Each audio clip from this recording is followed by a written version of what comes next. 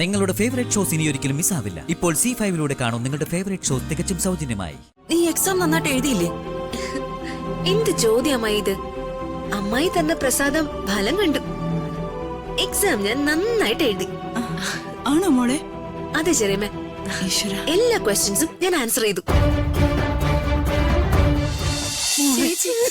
എനിക്ക് എന്റെ കുഞ്ഞിനെ വേണം, എന്റെ മോളെ എനിക്ക് വേണം. കണ്ണു തുറക്കും മോളെ. ചേച്ചി ഇങ്ങനെ കരയാതെ. എന്തായാലും ഇത് വലിയ ആശുപത്രിയല്ലേ, ഐശുവിനെ അവര് നന്നായി നോക്കിക്കോളും, ഒന്നും സംഭവിക്കില്ല. എന്റെ കുഞ്ഞിന് എന്തിനാ ദൈവമേ ഇങ്ങനൊരു വിധി? മോളെ രാധമ്മേ, നീ എന്നെ കൂടി കരയിപ്പിക്കാതെ. നമ്മുടെ കുഞ്ഞിനിപ്പൊ സുഖാവും. നമ്മുടെ കുഞ്ഞിനൊന്നും വരില്ല. എടി കരയാതെ. ചേച്ചി, രാജു, നമ്മുടെ ഐശുവിന് എന്താ പറ്റിയെന്ന് ചോദിക്കാം. എനിക്ക് എന്റെ മോളെ കാണണം രാജു. നീ ഡോക്ടറോട് ഒന്ന് പറയോ? എന്താ കാര്യം? ചേച്ചി കരയാതെ. ഇങ്ങനെ കരയാതെ. രാജു ഡോക്ടറോട് സംസാരിക്കും. രാജു, ഐശുവിന് എന്താ പറ്റിയെന്ന് ഡോക്ടറോട് ഒന്ന് ചോദിക്കും. ഡോക്ടർ, ഡോക്ടർ, എന്താ കുഞ്ഞിന് സംഭവിച്ചേ? കുട്ടിക്ക് ഒരു MRI സ്കാൻ ഉടനെ ചെയ്യണം. ചെയ്തോളൂ ഡോക്ടർ, എന്ത് വേണേലും ചെയ്തോളൂ. കാശ് എത്ര ചെലവായാലും പ്രശ്നമില്ല. ഇങ്ങനെ ടെൻഷൻ ആവാതെ പുറത്ത് വെയിറ്റ് ചെയ്യും.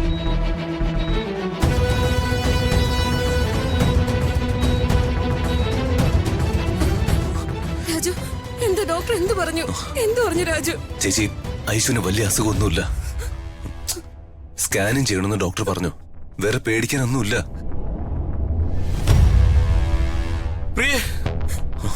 ചേട്ടാ, എന്താടേ, എന്ത് പറ്റി? നമ്മുടെ മോളവിടെ അവൾക്ക് എന്താ സംഭവിച്ചത്? ചേട്ടാ, നമ്മുടെ മോള് അവള് പെട്ടെന്ന് തലകറങ്ങി വീണു. എന്താന്ന് ഇതുവരെ ഡോക്ടർ പറഞ്ഞില്ല.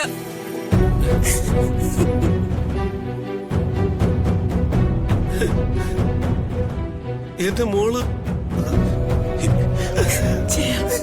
എന്റെ കുഞ്ഞു കിടക്കുന്ന കിടപ്പ് കണ്ടോ? എന്താ എന്റെ കുഞ്ഞിന്? ഞാനിതെങ്ങനെ സഹിക്കും? ചേട്ടാ, നമ്മുടെ കുഞ്ഞ്. നിങ്ങളെയൊക്കെ വിശ്വസിച്ചിട്ടല്ല ഞാൻ എന്റെ മോളെ നിങ്ങളെ വീട്ടിൽ നിർത്തിയത്.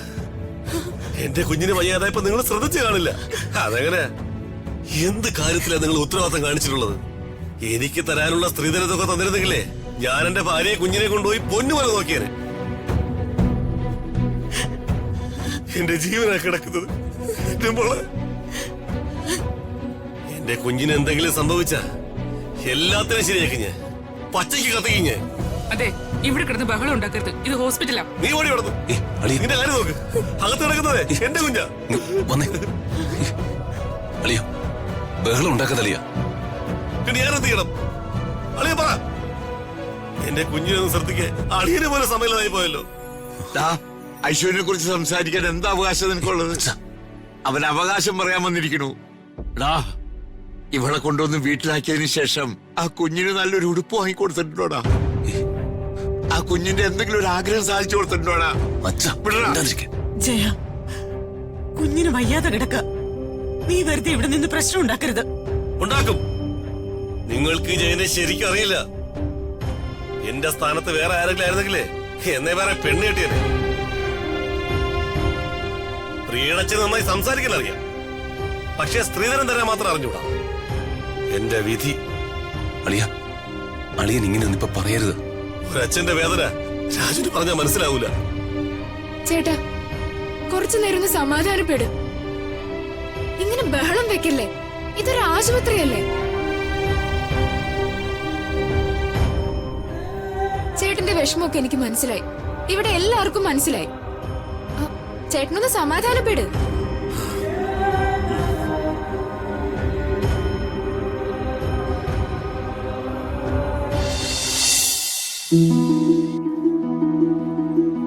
അങ്ങനെ എക്സാം കഴിഞ്ഞു. ക്വസ്റ്റ്യൻസ് ഒക്കെ എനിക്ക് സിമ്പിൾ ആയിട്ടാ തോന്നിയത്. രാജുവിനോട് ഇത് പറഞ്ഞ രാജുന് വലിയ സന്തോഷാവും. എന്റെ ട്യൂഷൻ ടീച്ചറല്ലേ രാജു? അല്ല, ട്യൂഷൻ ടീച്ചർ മാത്രമല്ലല്ലോ, എന്റെ വെൽവിഷറും സേനാപതിയും എന്റെ സംരക്ഷകനും ഒക്കെ രാജു അല്ലേ? രാജു ഇതെവിടെ പോയി? രാജു, മിസ്റ്റർ രാജു. ഋതിക മാഡം. താനെന്താ ഇവിടെ? രാജു എവിടെ പോയി? രാജു എന്തോ അത്യാവശ്യമായിട്ട് പോയി. എന്നെ വിളിച്ച് മാഡത്തിനെ കോളേജിൽ നിന്ന് വീട്ടിലെത്തിക്കണമെന്ന് പറഞ്ഞു. വരൂ മാഡം. ശ്ശേ, എന്റെ സന്തോഷം രാജുവിനോട് ആദ്യം ഷെയർ ചെയ്യണമെന്ന് വിചാരിച്ചപ്പോ രാജു ഇവിടെ ഇല്ല. അത്രയ്ക്ക് അത്യാവശ്യം എന്തെങ്കിലും ആയിരിക്കും.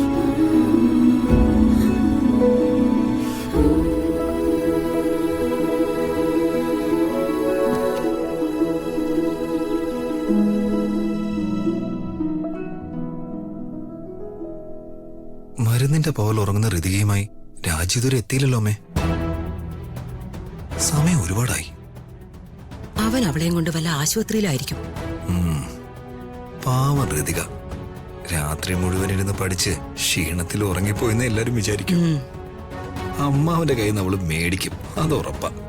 അമ്മേ, രണ്ടുപേരും ചേച്ചി എക്സാമിന് തോക്കണെന്ന് പ്രാർത്ഥിക്കുകയാണെന്ന് തോന്നുന്നു. അവരെന്ത് പ്രാർത്ഥിച്ചാലും നമുക്കെന്താ മോളെ? ഋതുമോള് നന്നായി പഠിച്ചിട്ടാ എക്സാമിന് പോയിരിക്കുന്നത്. ഋതുമോള് നന്നായി എക്സാം എഴുതി കാണും. അത് ശരിയാ. എഴുത്. നീ അവരെ നോക്കിക്കൊണ്ടിരിക്കാതെ ഇവിടെ എഴുതാൻ നോക്ക്. പഠിച്ച് നല്ലൊരു ജോലി മേടിച്ച് ആ നിൽക്കുന്ന രണ്ടെണ്ണത്തിന്റെ കൺമുന്നിന്ന് ദൂരെ എവിടെയെങ്കിലും പോയി രക്ഷപ്പെടാൻ നോക്ക്. അതെ, ചേച്ചി പാവമായതുകൊണ്ടാ. എന്റെ അടുത്തെങ്ങാനും അമ്മായി വഴക്കുമായിട്ട് വന്നാലേ ഈ അപ്പു ശരിക്കും ആരാന്ന് അവരറിയും. ആഹാ, മതി, നീ എഴുത്.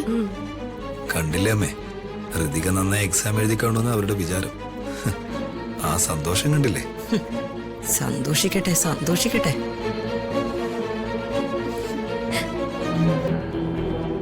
അപ്പോ അമ്മേ, ചേച്ചി വരുന്നു.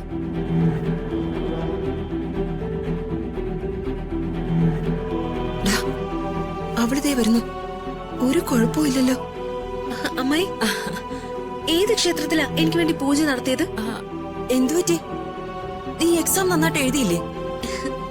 എന്ത് ചോദ്യമായി ഇത്? അമ്മായി തന്ന പ്രസാദം ഫലം കണ്ടു. എക്സാം ഞാൻ നന്നായിട്ട് എഴുതി. ആണോ മോളെ? അതെ ചെറിയമ്മേ, എല്ലാ ക്വസ്റ്റ്യൻസും ഞാൻ ആൻസർ ചെയ്തു.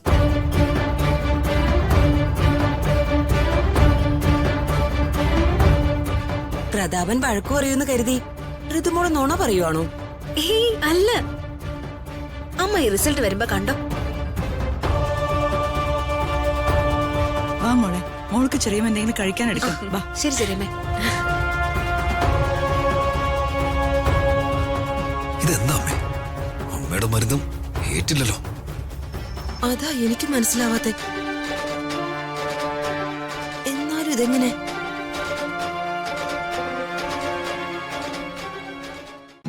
ഡൗൺലോഡ് ചെയ്യൂ C5 ആപ്പ്. കാണൂ എല്ലാ എപ്പിസോഡുകളും സൗജന്യമായി.